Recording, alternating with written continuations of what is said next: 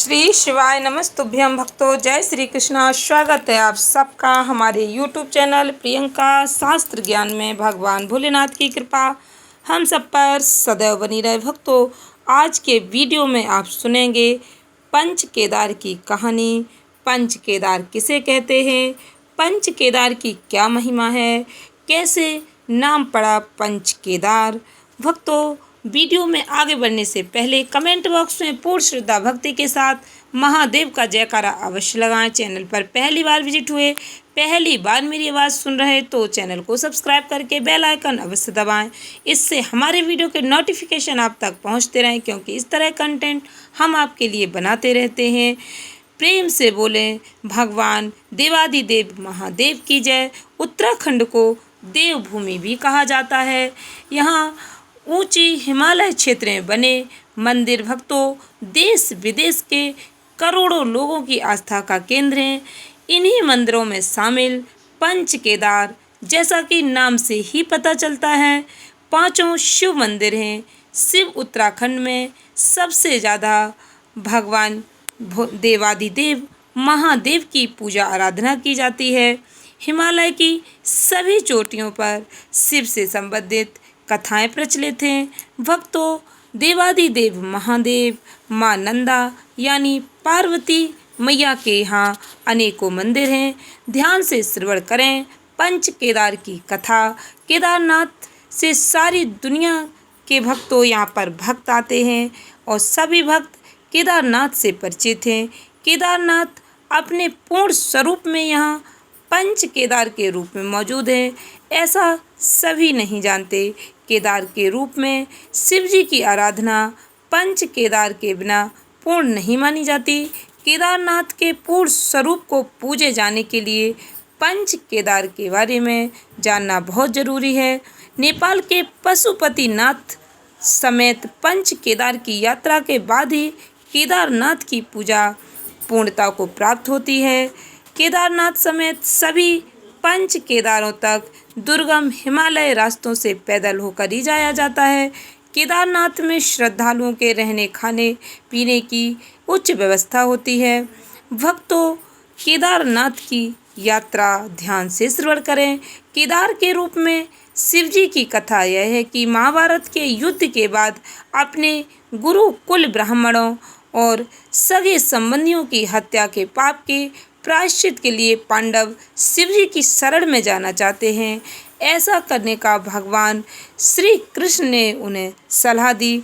पांचों पांडवों ने अभिमन्यु के पुत्र परीक्षित को हस्तिनापुर का राजा नियुक्त किया और भगवान देवादिदेव की तलाश में निकल पड़े।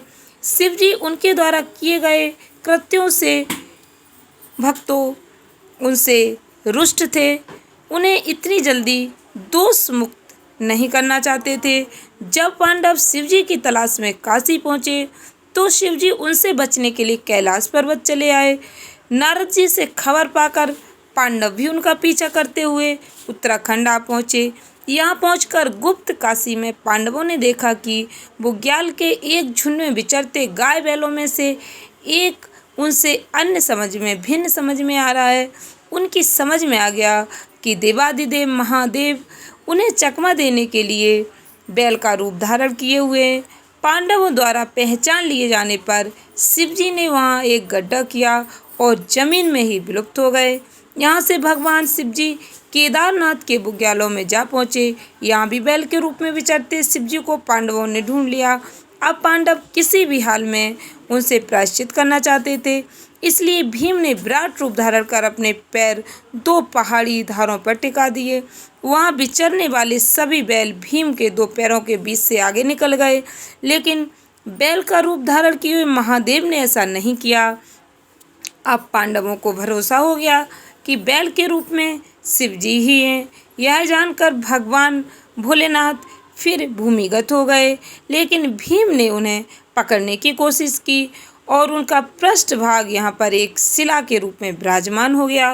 बैल रूपी शिव जी के शरीर के हिस्से जिस जिस जगह पर पुनः धरती पर प्रकट हुए, उन जगहों को पंच केदारनाथ माना गया।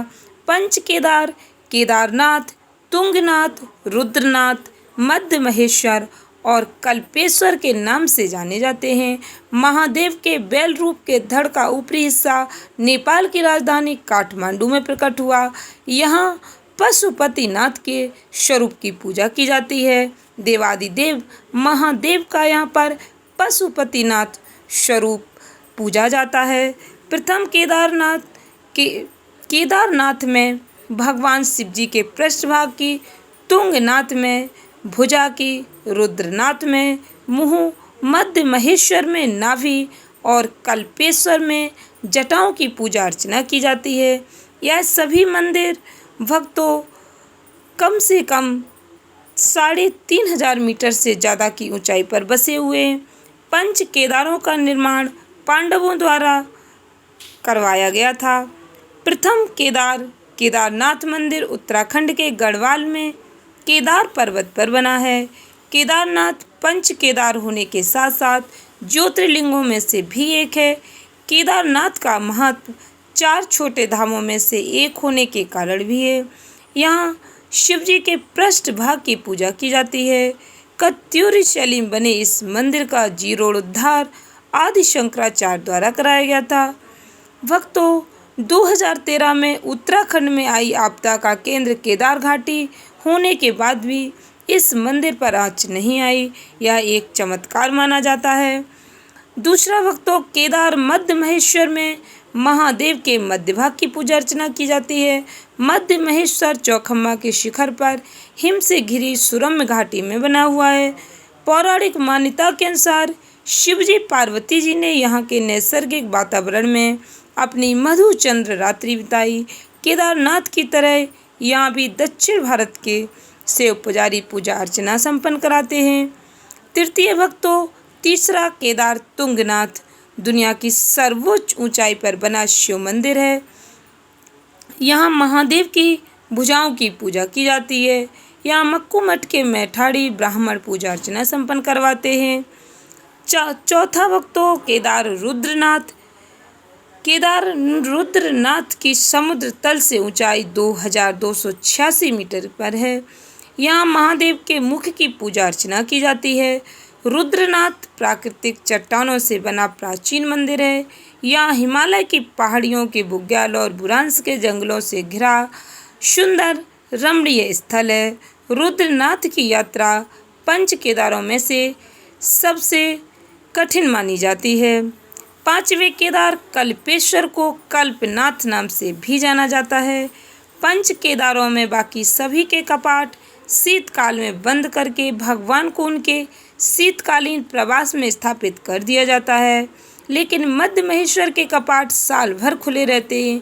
यहाँ शिव जी की जटाओं की पूजा अर्चना की जाती है। यहाँ पर दुर्वासा ऋषि ने कल्प वृक्ष के नीचे शिव जी की तपस्या की थी, इसीलिए इसे कल्पेश्वर या कल्पनाथ के नाम से भी जाना जाता है। यह कथा यहाँ पर एक और कथा प्रचलित है। असुरों के आतंक से त्रस्त देवताओं ने यहाँ पर महादेव की स्तुति की और शिव जी ने उन्हें असुरों के आतंक से मुक्ति दिलाई थी। आशा करती हूँ आपको पंच केदार की यह कथा अच्छी लगी होगी। इस ज्ञानवर्धक वीडियो को अधिक से अधिक भक्तों को शेयर करके महादेव का आशीर्वाद अवश्य प्राप्त करें। चैनल को सब्सक्राइब करें। धन्यवाद भक्तों। श्री शिवाय नमस्तुभ्यम।